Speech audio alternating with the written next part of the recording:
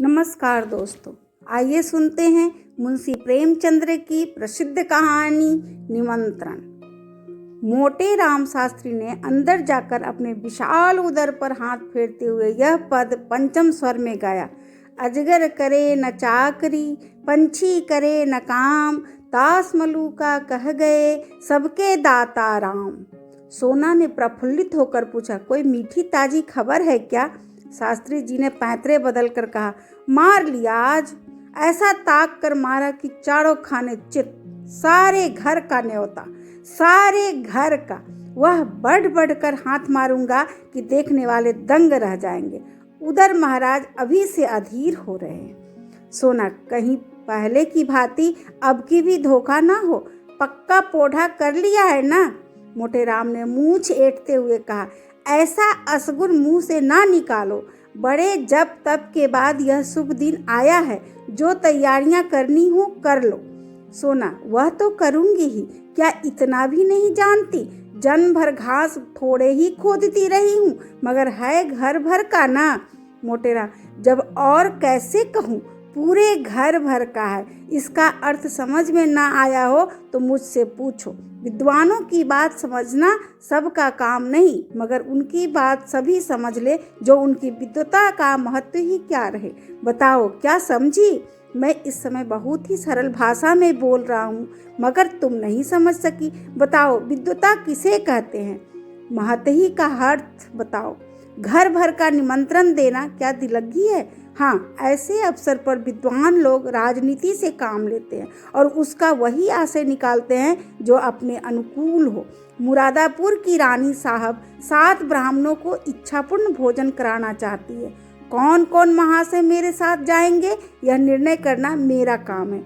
अलगू राम शास्त्री, बेनी राम शास्त्री, छेदी राम शास्त्री, भवानी राम शास्त्री, फेकू राम शास्त्री, मोटे राम शास्त्री आदि। जब इतने आदमी अपने घर ही में है, तब बाहर कौन ब्राह्मणों को खोजने जाए? सोना, और 7वां कौन है? मोटे, बुद्धि दौड़ाओ। सोना, एक पत्तल घर लेते आना। मोटे, फिर वही बात कही जिसमें बदनामी हो। छी छी, पत्तल घर लाऊं? उस पत्तल में वह स्वाद कहाँ जो जजमान के घर पर बैठकर भोजन करने में है। सुनो, 7वें महाशय हैं पंडित सोना राम शास्त्री। सोना, चलो दिलगी करते हो, भला कैसे जाऊंगी? मोटे, ऐसे ही कठिन अवसरों पर तो विद्या की आवश्यकता पड़ती है। विद्वान आदमी अवसर को अपना सेवक बना लेता है, मूर्ख अपने भाग्य को रोता है। सोना देवी और सोना राम शास्त्री में क्या अंतर है जानती हो? केवल परिधान का। परिधान का अर्थ समझती हो? परिधान पहनाव को कहते हैं। इसी साड़ी को मेरी तरह बांध लो, मेरी मिर्जई पहन लो, ऊपर से चादर ओढ़ लो, पगड़ी मैं बांध दूंगा, फिर कौन पहचान सकता है? सोना ने हंस कर कहा, मुझे तो लाज लगेगी। मोटे, तुम्हें करना ही क्या है, बातें तो हम करेंगे। सोना ने मन ही मन आने वाले पदार्थों का आनंद लेकर कहा, बड़ा मजा होगा। मोटे, बस अब विलंब न करो, तैयारी करो, चलो। सोना, कितनी फंकी बना लूं? मोटे, यह मैं नहीं जानता, बस यही आदर्श सामने रखो कि अधिक से अधिक लाभ हो। सहसा सोना देवी को एक बात याद आ गई। बोली, अच्छा, इन बिच्छुओं को क्या करूंगी? मोटे राम ने त्योरी चढ़ाकर कहा, इन्हें उठाकर रख देना, और क्या करोगी? सोना, हाँ जी, क्यों नहीं, उतार कर रख क्यों न दूंगी। मोटे, तो क्या तुम्हारे बिछुए पहने ही से मैं जी रहा हूँ? जीता हूँ पौष्टिक पदार्थों के सेवन से, तुम्हारे बिच्छुओं के पुण्य से नहीं जीता।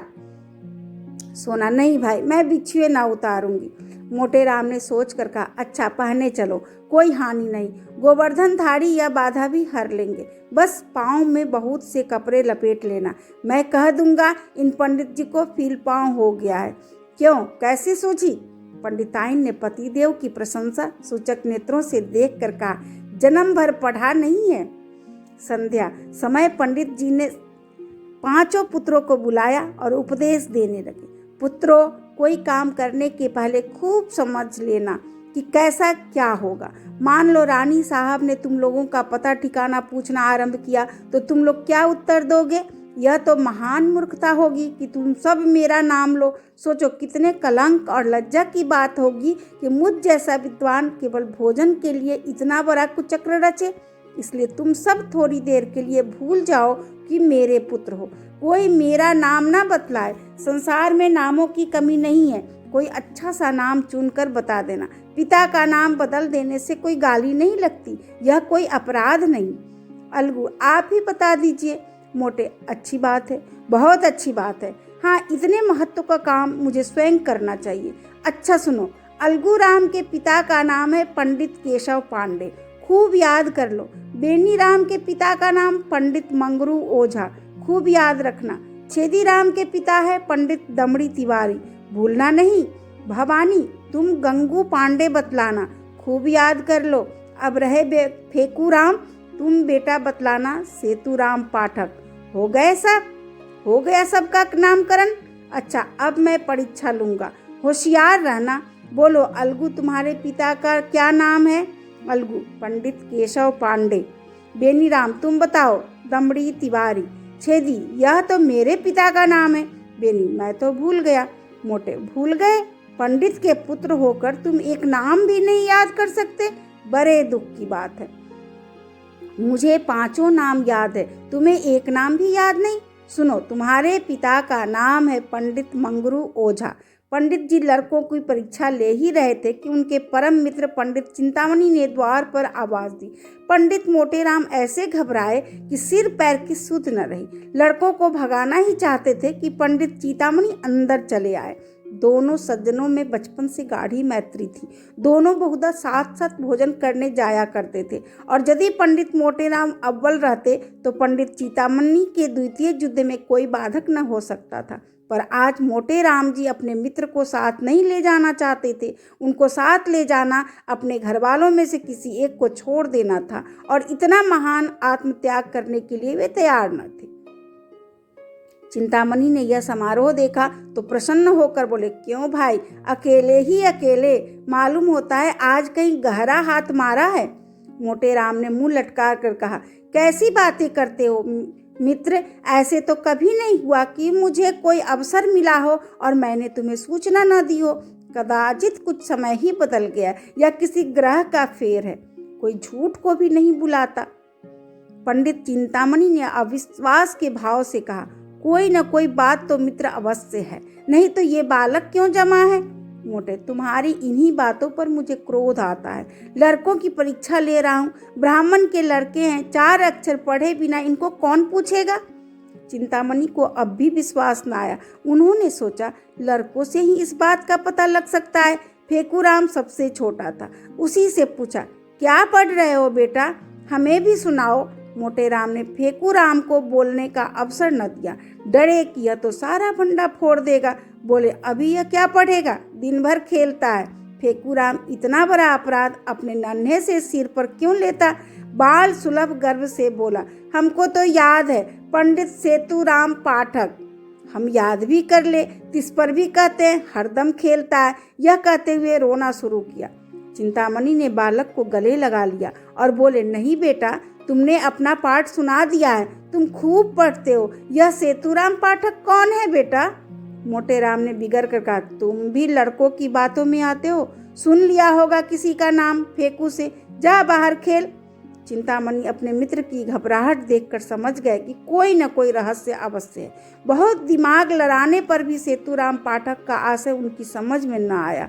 अपने परम मित्र की इस कुटिलता पर मन में दुखित होकर बोले, अच्छा, आप पाठ पढ़ाइए और परीक्षा लीजिए, मैं जाता हूँ। तुम इतने स्वार्थी हो, इसका मुझे गुमान तक न था।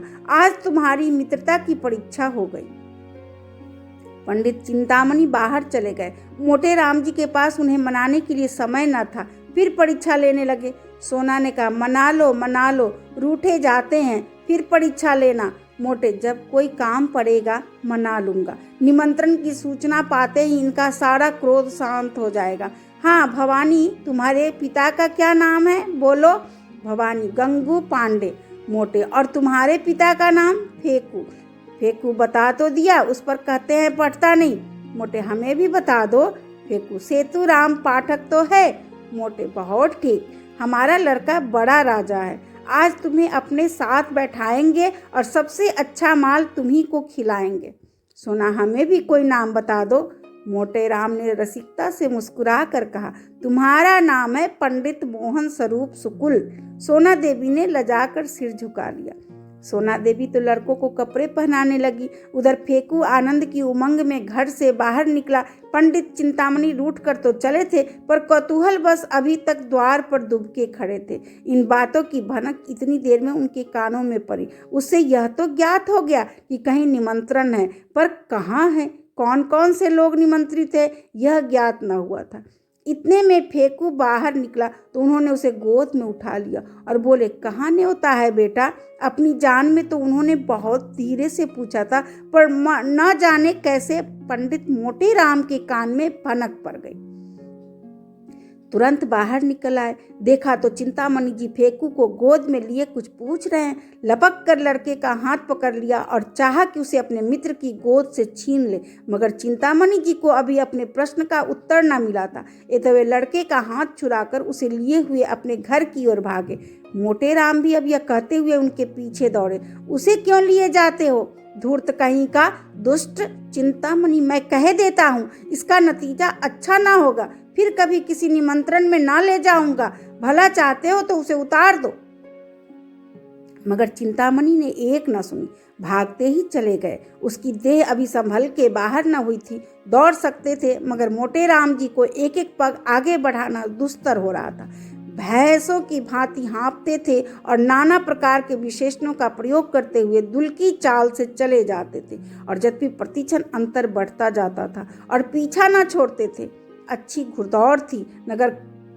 नगर के दो महात्मा दौड़ते हुए ऐसे जान पड़ते थे मानो दो गैंडे चिड़ियाघर से भाग आए हों। सैकड़ों आदमी तमाशा देखने लगे। कितने ही बालक उनके पीछे तालियां बजाते हुए दौड़े।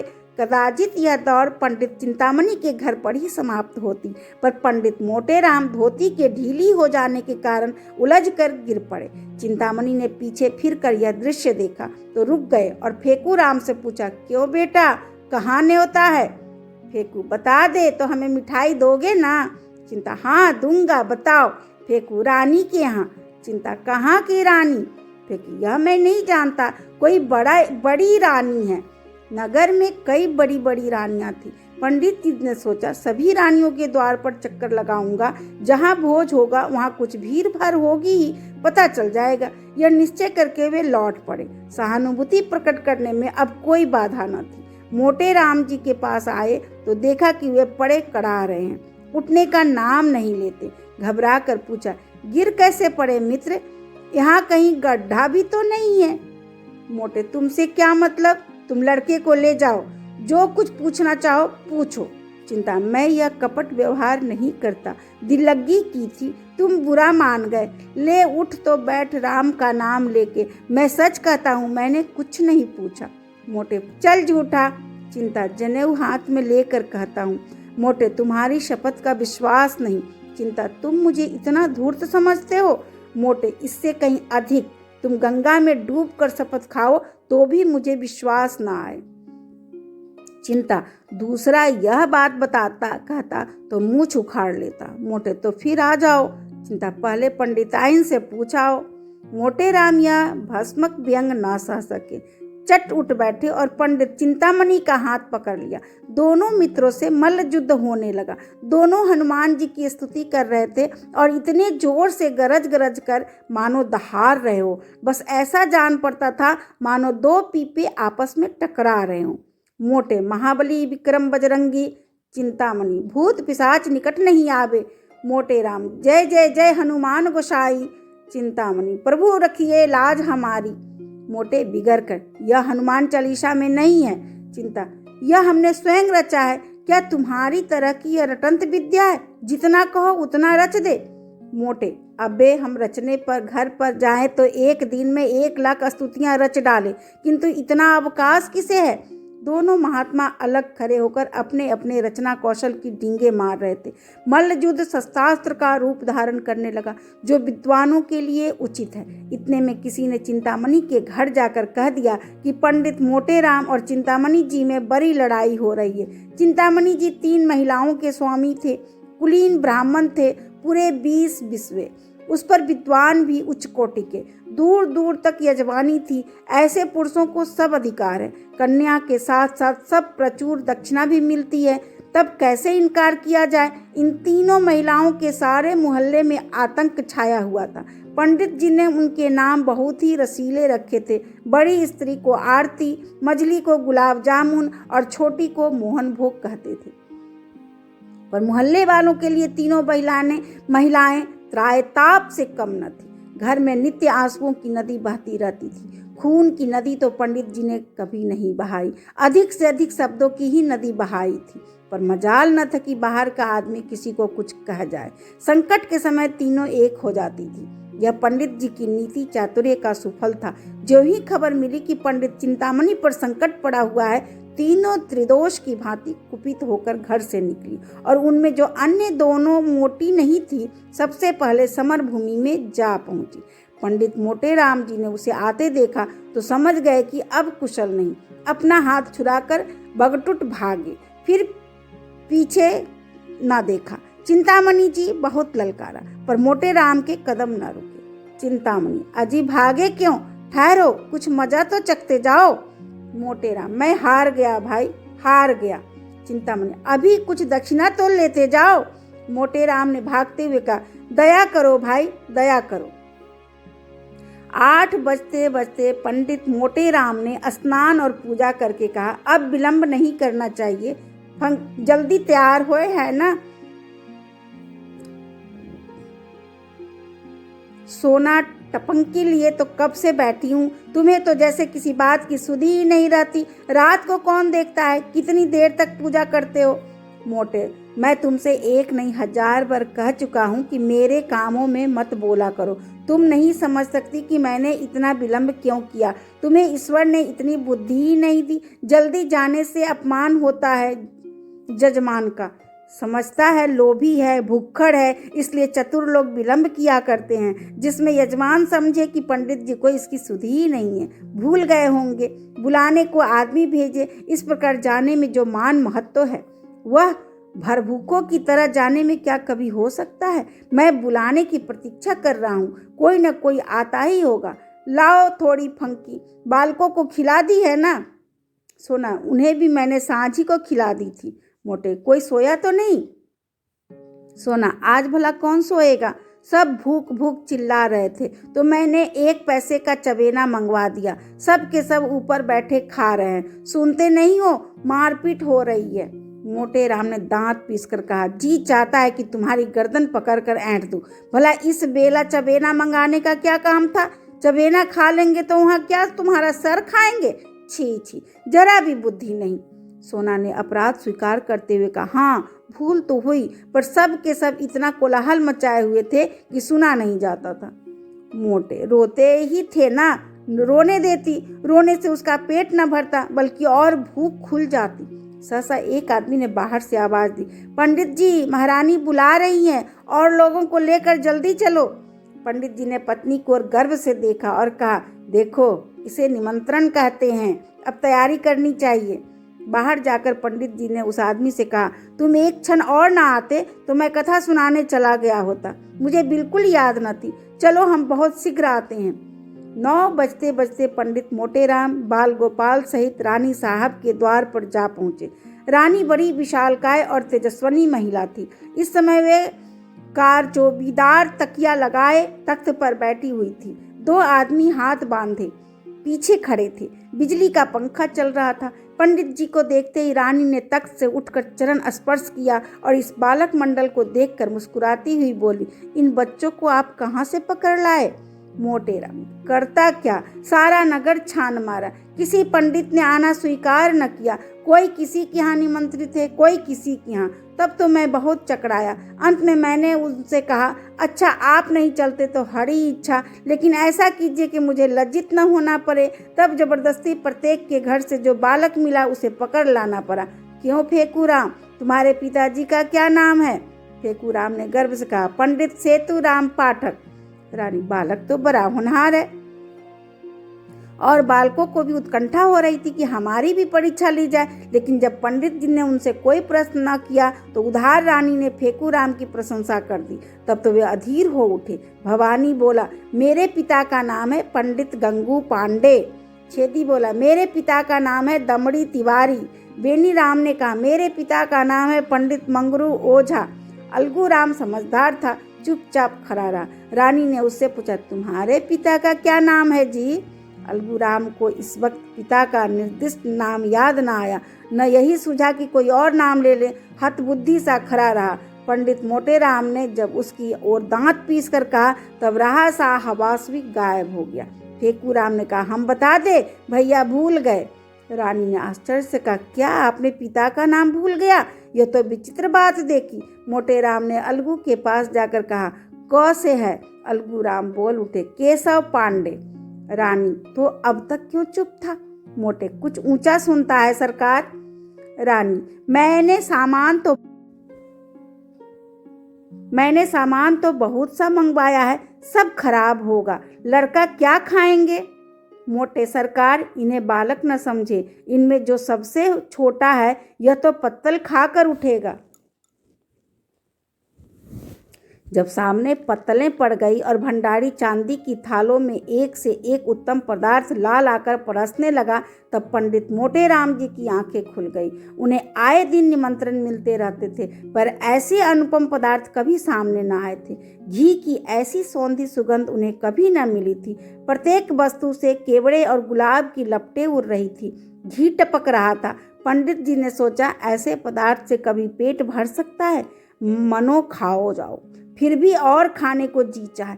देवतागण इसमें उत्तम और कौन सा पदार्थ खाते होंगे? इनसे उत्तम पदार्थों की तो कल्पना भी नहीं हो सकती। पंडित जी को इस वक्त अपने परम मित्र पंडित चिंतामणि की याद आई। अगर वे होते तो रंग जम जाता, उनके बिना रंग फीका रहेगा। यहाँ दूसरा कौन है जिससे लॉक डॉक करूँ? लड़के दो दो पतलों में चोंच बोल जाएंगे। सोना कुछ साथ देगी, मगर कब तक? चिंतामणि के बिना रंग न गठेगा। वे मुझे ललकारेंगे, मैं उन्हें ललकारूंगा। उस उमंग में पतलों की कौन गिनती? हमारी देखा देखी लड़के भी डट जाएंगे। ओह, बड़ी भूल हो गई। यह ख्याल मुझे पहले ना आया। रानी साहब से कहूँ, बुरा तो न मानेगी? जो कुछ हो, एक बार जोर तो लगाना ही चाहिए। तुरंत खड़े होकर रानी साहब से बोले, सरकार, आज्ञा हो तो कुछ कहूँ? रानी, कहिए कहिए महाराज, क्या किसी वस्तु की कमी है? मोटे, नहीं सरकार, किसी बात की नहीं। ऐसे उत्तम पदार्थ तो मैंने कभी देखे भी ना थे। सारे नगर में आपकी कीर्ति फैल जाएगी। मेरे एक परम मित्र पंडित चिंतामणि जी हैं, आज्ञा हो तो उन्हें भी बुला लूं। बड़े विद्वान कर्मनिष्ठ ब्राह्मण हैं, उनके जोर का इस नगर में दूसरा नहीं। मैं उन्हें निमंत्रण देना भूल गया, अभी सुध ही आई। रानी, आपकी इच्छा हो तो बुला लीजिए, मगर आने जाने में देर होगी और भोजन परोस दिया गया है। मोटे, मैं अभी आता हूँ सरकार, दौड़ता हुआ जाऊंगा। रानी, टमेरी मोटर ले लीजिए।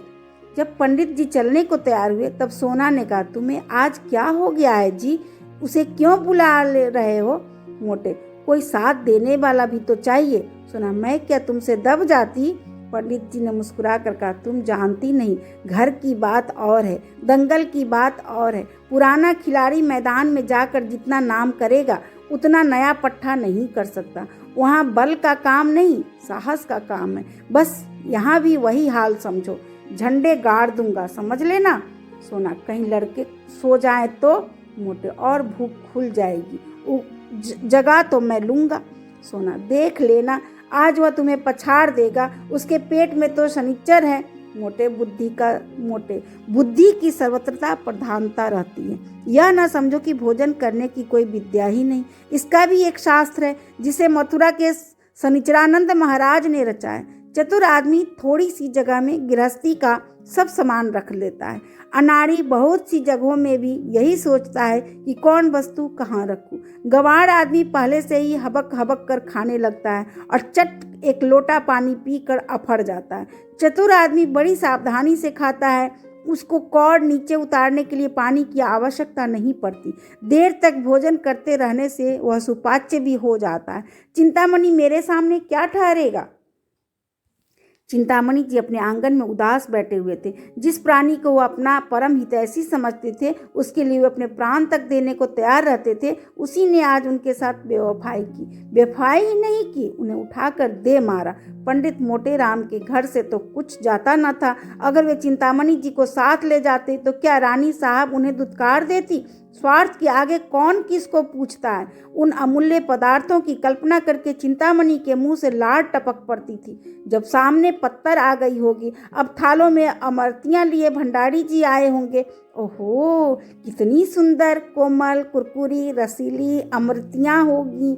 अब बेसन के लड्डू आए होंगे। ओहो, कितने सुडौल मेवों से भरे हुए घी से तरातर लड्डू होंगे। मुंह में रखते ही घुल जाते होंगे, जीभ भी न डुलानी पड़ती होगी। हाँ, अब मोहन भोग आया होगा। हाय रे दुर्भाग्य, मैं यहाँ पड़ा सर रहा हूँ और वो वहाँ बाहर। बड़े निर्दयी हो मोटे राम, तुमसे इस निष्ठुरता की आशा न थी। अमरती देवी बोली, तुम इतना दिल छोटा क्यों करते हो? पितृपक्ष तो आ ही रहा है, ऐसे ऐसे ना जाने कितने आएंगे। चिंतामणि आज किसी अभागे का मुंह देखकर उठा था। लाओ तो पतरा, देखूं कैसा मुहूर्त है। अब नहीं रहा जाता, सारा नगर छान डालूंगा, कहीं तो पता चलेगा। नसिका तो दाहिनी चल रही है। एकाएक मोटर की आवाज आई। उसके प्रकाश से पंडित जी का सारा घर जगमगा उठा। वो खिड़की से झांकने लगे तो मोटे राम को मोटर से उतरते देखा। एक लंबी सांस लेकर चारपाई पर गिर पड़े। मन में कहा कि दुष्ट, भोजन करके अब यहाँ मुझसे बखान करने आया है। अमरती देवी ने पूछा, कौन है ढाडी जार, इतनी रात को जगावत है? मोटे, हम है हम, गाली ना दो। अमरती, अरे दूर मऊझौ से, तो कौन है? कहते हैं हम है हम, को जाने ते कौन है? मोटे, अरे हमारी बोली नहीं पहचानती हो? खूब पहचान लो, हम है तुम्हारे देवर। अमरती, ए दूर, तोरे मुंह में का लागे, तोर लहास उठे, हमार देवर बनत है दाढ़ी जार। मोटे, अरे हम है मोटे राम शास्त्री, क्या इतना भी नहीं पहचानती? चिंतामणि घर में है। अमरती ने किवाड़ खोल दिया और तिरस्कार भाव से बोली, अरे तुम थे तो नाम क्यों नहीं बताते थे? जब इतनी गालियां खा ली तो बोल निकला, क्या है क्या है? मोटे, कुछ नहीं, चिंतामणि जी को शुभ संवाद देने आया हूँ। रानी साहब ने उन्हें याद किया है। अमीरती, भोजन के बाद बुलाकर क्या करेंगी? मोटे, अभी भोजन कहाँ हुआ है? मैंने जब इनकी विद्या, कर्मनिष्ठा, सद्विचार की प्रशंसा की तब मुक्त हो गई। मुझसे कहा कि उन्हें मोटर पर लाओ। क्या सो गए? चिंतामणि चरपाई पर पड़े पड़े सुन रहे थे। जी में आता था चलकर मोटे राम के चरणों पर गिर पड़ूं। उनके विषय में अब तक जितने कुत्सित विचार उठे थे सब लुप्त हो गए। ग्लानि का आविर्भाव हुआ। रोने लगे। अरे भाई, आते हो या सोते ही रहेंगे? यह कहते हुए मोटे राम उनके सामने जाकर खड़े हो गए। चिंतामणि, तब क्यों न ले गए? जब इतनी दुर्दशा कर दिया तब आए। अभी तक पीठ में दर्द हो रहा है। मोटे, अजी वह तरमाल खिलाऊंगा कि सारा दर्द भाग जाएगा। तुम्हारे यजमानों को भी ऐसे पदार्थ मैसर न हुए होंगे। आज तुम्हें बंद कर पछाड़ूंगा। चिंता, तुम बेचारे मुझे क्या पछाड़ोगे? सारे शहर में तो कोई ऐसा माई का लाल दिखाई नहीं देता। हमें शनिचर का इष्ट है। मोटे, अजी यहाँ बरसों तपस्या की है। भंडारे का भंडारा साफ कर दे और इच्छा ज्यों की त्यों बनी रहे। बस यही समझ लो कि भोजन करके हम खड़े नहीं रह सकते। चलना तो दूसरी बात है, गाड़ी पर लद कर आते हैं। चिंतामणि, तो यह कौन बड़ी बात है? यहाँ तो टिकटी पर उठाकर लाए जाते हैं। ऐसी ऐसी डकारे लेते हैं कि जान पड़ता है बम गोला छूट रहा है। एक बार खोपिया पुलिस ने बम गोले के संदेह में घर की तलाशी तक ली। मोटे, झूठ बोलते हो, कोई इस तरह नहीं डकार सकता। चिंता, आज तो आकर सुन लेना, डर कर भाग ना जाओ तो सही। एक क्षण में दोनों मित्र मोटर पर बैठे और मोटर चली। रास्ते में पंडित चिंतामणि को शंका हुई कि कहीं ऐसा ना हो कि मैं पंडित मोटेराम का पिछलग्गू समझा जाऊं और मेरा यथेष्ट सम्मान न हो। उधर पंडित मोटेराम को भी भय हुआ कि कहीं ये महाशय मेरे प्रतिद्वंदी न बन जाए और रानी साहब पर अपना रंग जमा ले। दोनों अपने अपने मंसूबे बांधाने लगे। जो ही मोटर रानी के भवन में पहुंची, दोनों महाशय उतरे। अब मोटेराम चाहते थे कि पहले मैं रानी के पास जाऊं और कह दूं कि पंडित को ले आया, और चिंतामणि चाहते थे कि पहले मैं रानी के पास पहुंचूं और अपना रंग जमा दूं। दोनों कदम बढ़ाने लगे। चिंतामणि हल्के होने के कारण जरा आगे बढ़ गए तो पंडित मोटेराम दौड़ने लगे। चिंतामणि भी दौड़ पड़े। घुड़दौड़ सी होने लगी। मालूम होता था कि दो गैंडे भागे जा रहे हैं। अंत में मोटेराम ने हाँफते हुए कहा, राज्यसभा में दौड़ते हुए जाना उचित नहीं। चिंता, तो तुम धीरे धीरे आओ ना, दौड़ने को कौन कहता है। मोटे, जरा रुक जाओ, मेरे पैर में कांटा गड़ गया है। चिंता, तो निकाल लो, तब तक मैं चलता हूँ। मोटे, मैं न कहता तो रानी तुम्हें पूछती भी ना। मोटेराम ने बहुत बहाने किए पर चिंतामणि ने एक न सुना। भवन में पहुंचे। रानी साहब बैठी कुछ लिख रही थी और रह रह कर द्वार की ओर ताक लेती थी कि सहसा पंडित चिंतामणि उनके सामने आ खड़े हुए और यूं ही स्तुति करने लगे, हे यशोदे, तू बाल केशव मुरार नामा। रानी, क्या मतलब? अपना मतलब कहो। चिंता, सरकार को आशीर्वाद देता हूँ। सरकार ने इस दास चिंतामणि को निमंत्रित करके कितना अनुग्रहित किया है। उनका बखान शेषनाग अपनी सहस्त्र जिह्वा द्वारा भी नहीं कर सकते। रानी, तुम्हारा ही नाम चिंतामणि है, वे कहाँ रह गए पंडित मोटेराम शास्त्री? चिंता, पीछे आ रहा है सरकार, मेरे बराबर आ सकता है, भला मेरा तो शिष्य है। रानी, अच्छा, तो वे आपके शिष्य है। चिंता, मैं अपने मुंह से अपनी बड़ाई नहीं करना चाहता सरकार, विद्वानों को नम्र होना चाहिए, पर जो यथार्थ है वह तो संसार जानता है। सरकार, मैं किसी से वाद विवाद नहीं करता, यह मेरा अनुशीलन अभिष्ट नहीं। मेरे शिष्य भी बहुधा मेरे गुरु बन जाते हैं, पर मैं किसी से कुछ नहीं कहता। जो सत्य है वह सभी जानते हैं।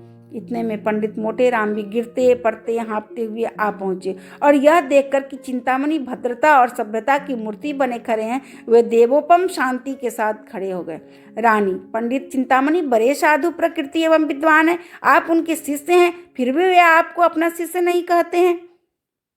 मोटे, सरकार, मैं इनका दासानुदास हूँ। चिंता, जगतारिणी, मैं इनका चरण रज हूँ। मोटे, रिपुदल संहारिणी, मैं इनके द्वार का कुकर हूं। रानी, आप दोनों सज्जन पूज्य हैं, एक से एक बढ़े हुए, चलिए भोजन कीजिए। सोना रानी बैठी पंडित मोटेराम की राह देख रही थी। पति की इस मित्र भक्ति पर उन्हें बड़ा क्रोध आ रहा था। बड़े लड़कों के विषय में तो कोई चिंता न थी, लेकिन छोटे बच्चों के सो जाने का भय था। उन्हें किस्से कहानियां सुना सुना कर बहला रही थी कि भंडारी ने आकर कहा, महाराज चलो। दोनों पंडित जी आसन पर बैठ गए। फिर क्या था, बच्चे कूद कूद कर भोजनशाला में जा पहुंचे। देखा तो दोनों पंडित दो वीरों की भांति आमने सामने डटे बैठे। दोनों अपना अपना पुरुषार्थ दिखाने के लिए अधीर हो रहे थे। चिंता, भंडारी जी, तुम परोसने में बड़ा विलंब करते हो, क्या भीतर जाकर सोने लगते हो?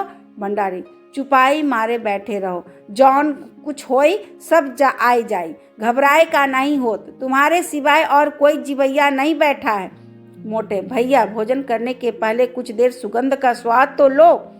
चिंता, अजी सुगंध गया चूल्हे में, सुगंध देवता लोग लेते हैं, अपने लोग तो भोजन करते हैं। मोटे, अच्छा बताओ, पहले किस चीज पर हाथ फेरोगे? चिंता, मैं जाता हूँ, भीतर से सब चीजें एक साथ लिए आता हूँ। मोटे, धीरज धरो भैया, सब पदार्थों के आ जाने दो, ठाकुर जी का भोग तो लग जाए। चिंता, तो बैठे क्यों हो, अब तक भोग ही लगाओ, एक बाधा तो मिटे, नहीं तो लाओ मैं चटपट भोग लगा दूं, व्यर्थ देर करोगे। इतने में रानी आ गई। चिंतामणि बेसावधान हो गए, रामायण की चपाइयों का पाठ करने लगे। रहा एक दिन अभद अधारा, समुझत मन दुख भयऊ अपारा, कौशलेश दशरथ के जाए, हम पितु बचन मानी बन जाए, उल्टी पलटी लंका कपिजारी, कूद परा तब सिंधु मजारी, जहीं पर जाकर सत्य सने हूँ, सोते ही मिले न कछु संदेहु, जामवंत के बचन सुहाए, सुनी हनुमान हृदय अति भाए। पंडित मोटेराम ने देखा कि चिंतामणि का रंग जमता जाता है, तो वे अपनी विद्वता प्रकट करने को व्याकुल हो गए। बहुत दिमाग लगाया, पर कोई श्लोक, कोई मंत्र, कोई कविता याद ना आई। तब उन्होंने सीधे सीधे राम नाम का पाठ आरंभ कर दिया। राम भज राम भज राम भज रे मन, राम भज राम भज राम भज।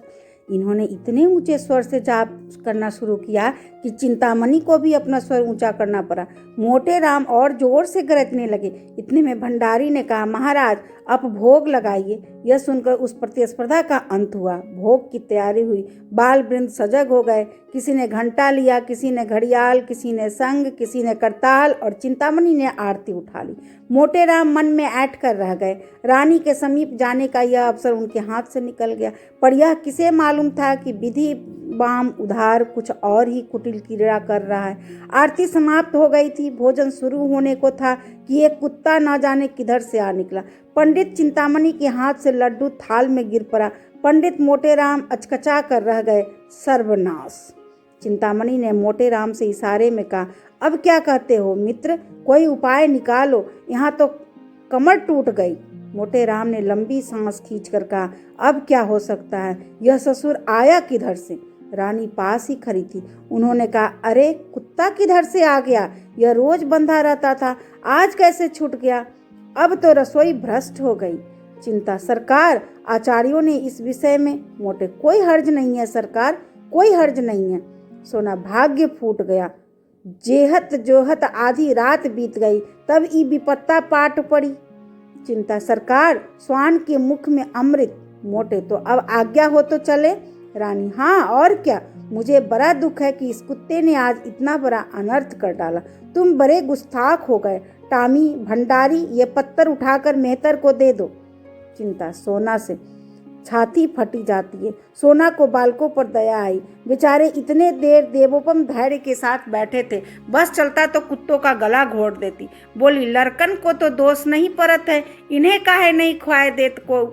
चिंता, मोटे राम महादुष्ट है, इसकी बुद्धि भ्रष्ट हो गई है। सोना, ऐसे तो बड़े विद्वान बन रहे, अब काहे नहीं बोलत बनत, मुंह में दही जम गया, जीभे नहीं खुलत है। चिंता, सत्य कहता है, रानी को चकमा दे देता, उस दुष्ट के मारे सब खेल बिगड़ गया, सारी अभिलाषाएं मन में रह गई। ऐसे पदार्थ अब कहाँ मिल सकते हैं। सोना, सारी मनुष्याई निकल गई, घड़ी में गरजे के शेर है।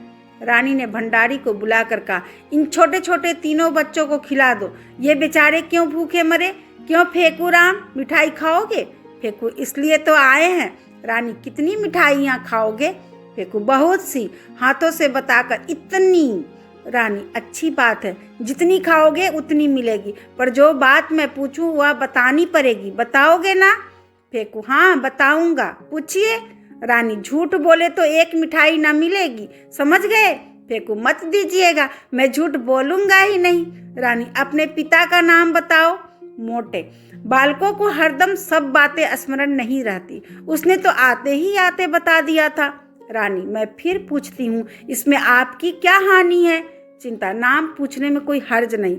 मोटे, तुम चुप रहो चिंतामणि, नहीं तो ठीक न होगा। मेरे क्रोध को अभी तुम नहीं जानते, दबा बैठूंगा तो रोते भागोगे। रानी, आप तो व्यर्थ इतना क्रोध कर रहे हैं, बोलो फेंकूराम, चुप क्यों हो, फिर मिठाई ना पाओगे। चिंता, महारानी को इतनी दया दृष्टि तुम्हारे ऊपर है, बता दो बेटा। मोटे, चिंतामणि जी, मैं देख रहा हूँ तुम्हारे अधीन आए हैं, वह नहीं बताता, तुम्हारा साझा आए वहां से बड़े खैरख्वाह बन के।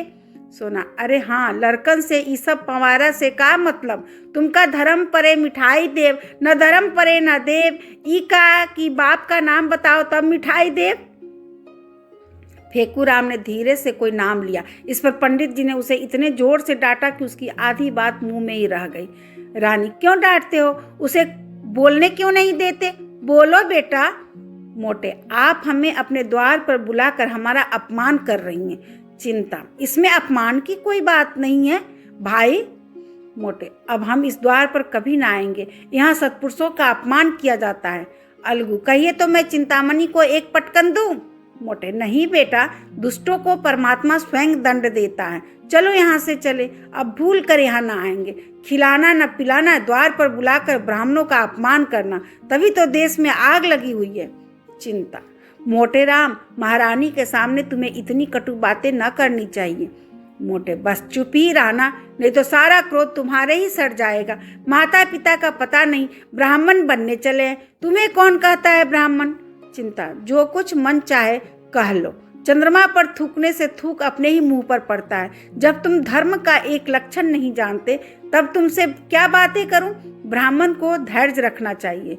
मोटे, पेट के गुलाम हो, ठकुर सुहाती कर रहे हो कि एक आध पत्तल मिल जाए। यहाँ मर्यादा का पालन करते हैं।